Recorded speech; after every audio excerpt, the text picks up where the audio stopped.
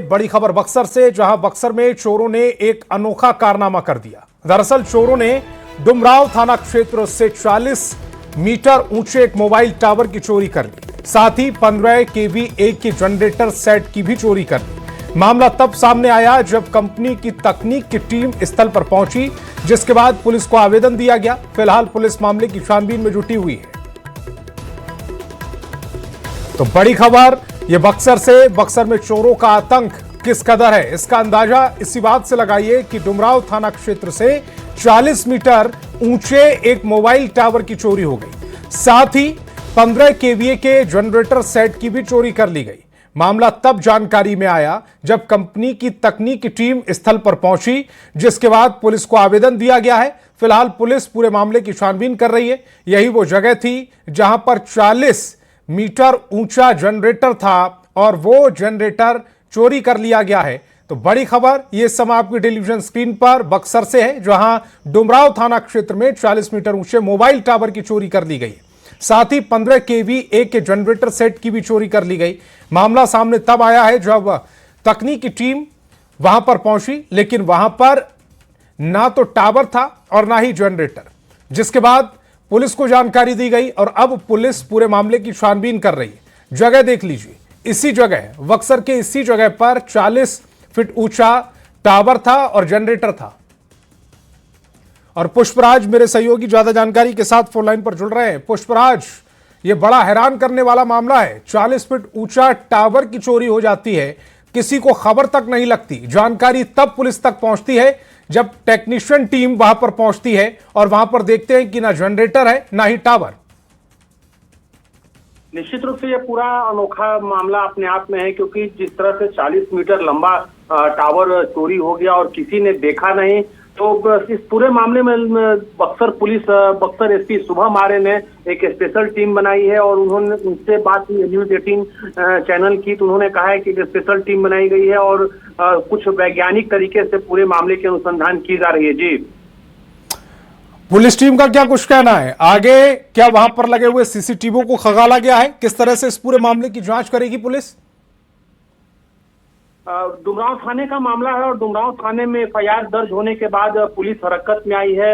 हालांकि पूरा मामला अनुसंधान है और अनुसंधान को लेकर एक स्पेशल टीम बक्सर एसपी के द्वारा बनाई गई है। तो कहा जा सकता है कि पूरे मामले की जांच बक्सर एसपी अपने तरीके से करा रहे हैं। इसमें सब इंस्पेक्टर रैंक के अधिकारी को भी रखा गया है। तो कह सकते हैं कि कुछ इंतजार करना होगा, क्योंकि पुलिस इस पूरे मामले की वैज्ञानिक तरीके से जाँच कर रही है। पुलिस को कुछ साक्ष्य भी मिले हैं इस पूरे मामले में। जी पुष्पराज, इस तमाम जानकारी के लिए आपका बहुत बहुत शुक्रिया।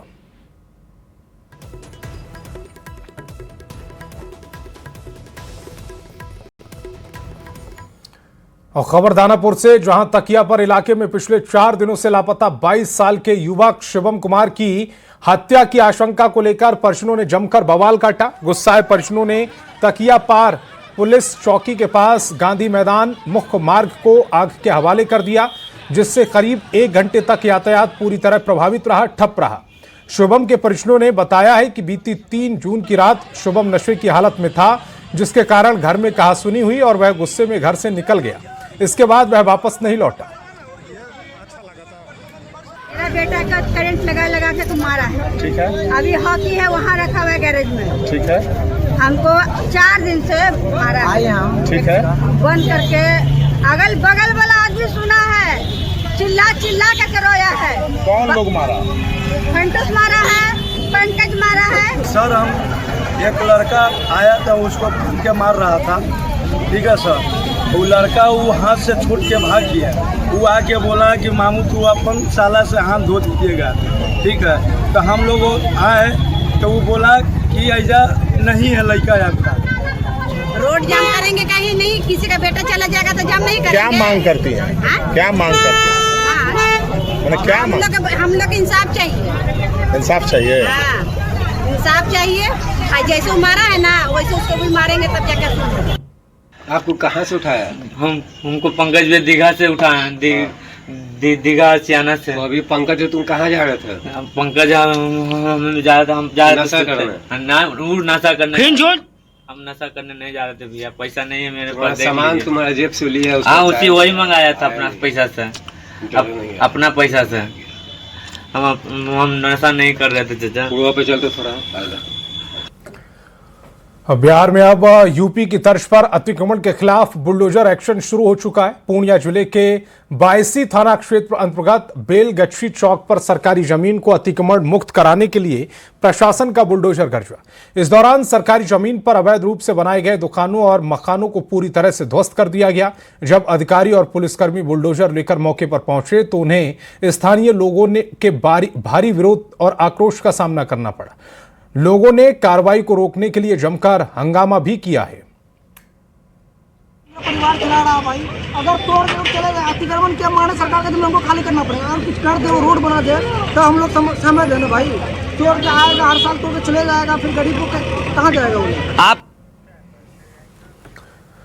और नवादा से बड़ी खबर है, डैम में युवती की लाश मिली है। कौआकोल के ताराकोल डैम में ये लाश मिली। युवती की पहचान नहीं हो पा रही है। जांच में पुलिस की टीम जुटी हुई है। इलाके में सनसनी फैल गई है। नवादा से बड़ी खबर है, डैम में युवती की लाश मिली। कौआकोल के ताराकोल डैम से ये लाश मिली है। युवती की पहचान नहीं हो सकी। जांच में पुलिस की टीम जुटी हुई है। इलाके में सनसनी फैल गई।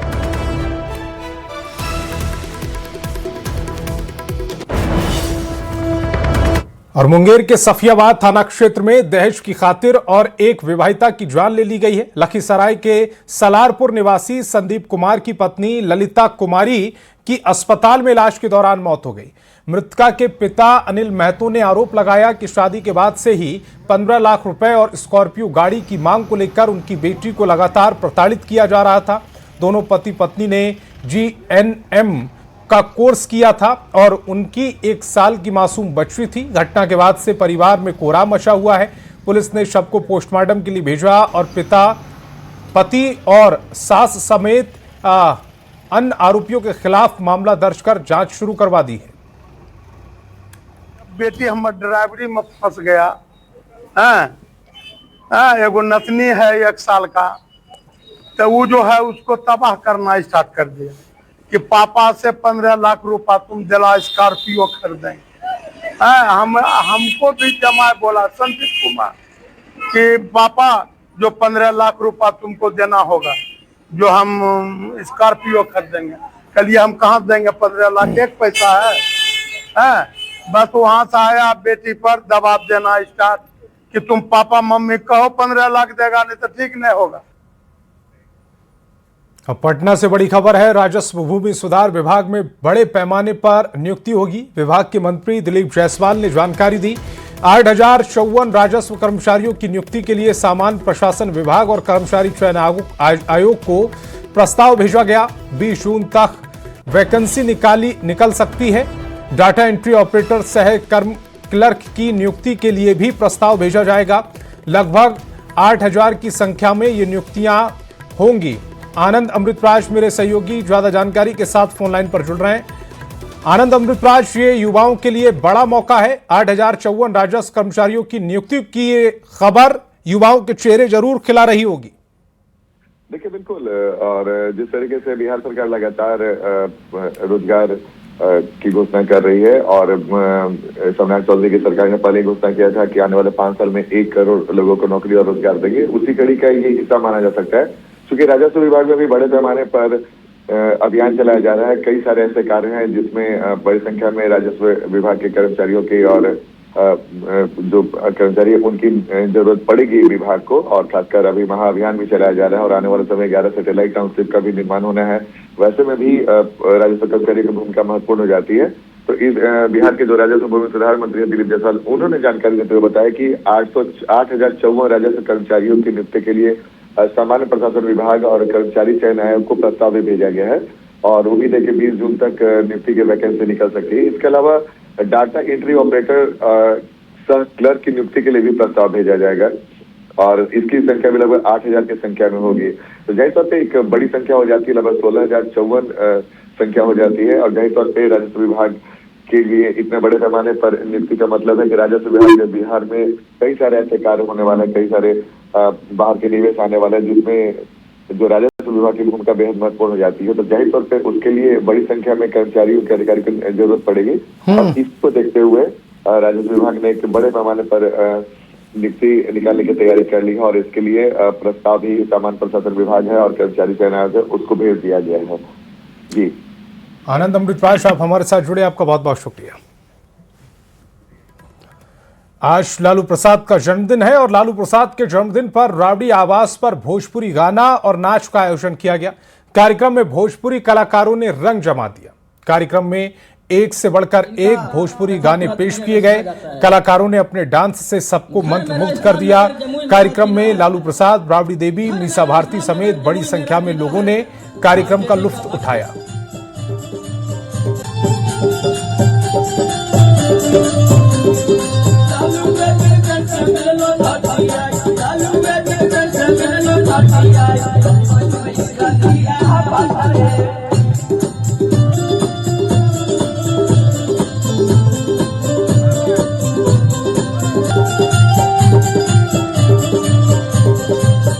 भैया 90 के पहले दौर वाला जमाना याद करा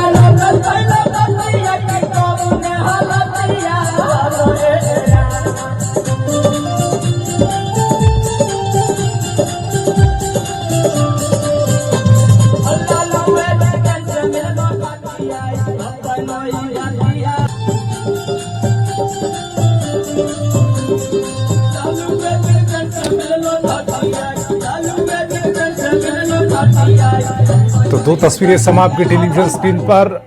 पहली तस्वीर में आप देख रहे हैं कि कुछ डांसर्स इस पूरे प्रोग्राम में डांस करती हुई नजर आ रही हैं और दूसरी तस्वीर आप देख रहे हैं कि सिंगर भी यानी कि भोजपुरी कलाकार अपने गानों से सबका मन मोह रहे हैं।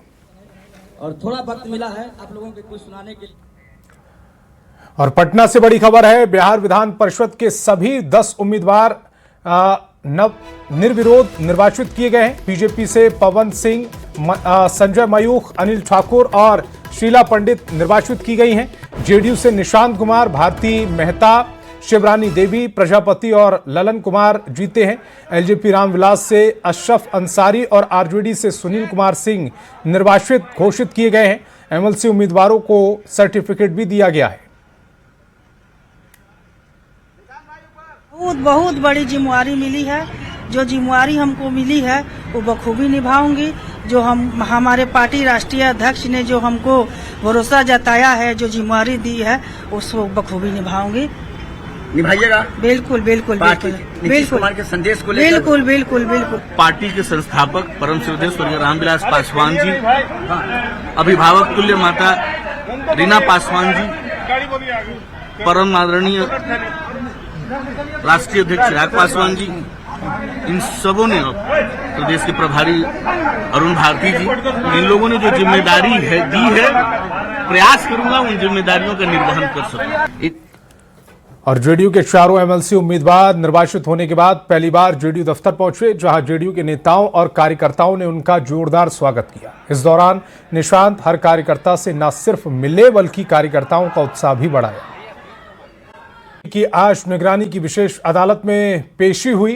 टेंडर घोटाला मामले में ऋषुश्री की न्यायिक हिरासत बढ़ा दी गई है। निगरानी कोर्ट ने 25 जून तक बेऊर जेल भेजने का आदेश दिया। ऋषुश्री के साथ संतोष कुमार, तारिणी दास, मुमुक्षु चौधरी और उमेश सिंह भी जेल में बंद हैं। ईडी जांच में सामने आए आईएएस अधिकारी से अब एसबीयू पूछताछ करेगी।